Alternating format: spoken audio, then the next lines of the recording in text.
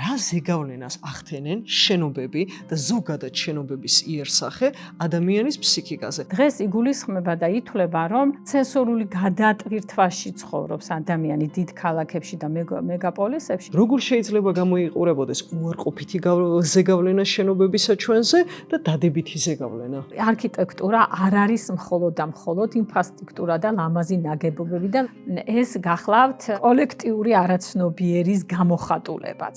ის ვითარება, რაც ახლა არის საძმოში, რა ზეგავლენას იქონიებს მომავალ თაობებს. ხმაური მაგალითად ძალიან მოქმედებს ადამიანზე, არა მარტო მის ძილზე, არამედ იწვევს ფოთვას, დაძაბულობას, გამოფიტვას, ადვილად დაღლას. არის რაღაცა ფორმულები, რომელსაც ჩვენი ადამიანური ფსიქიკა ავტომატურად აღიქვამს როგორც ლამაზს, როგორც მშვენიერს, რომ მე რა შევთანხმდეთ და ეს გავატაროთ.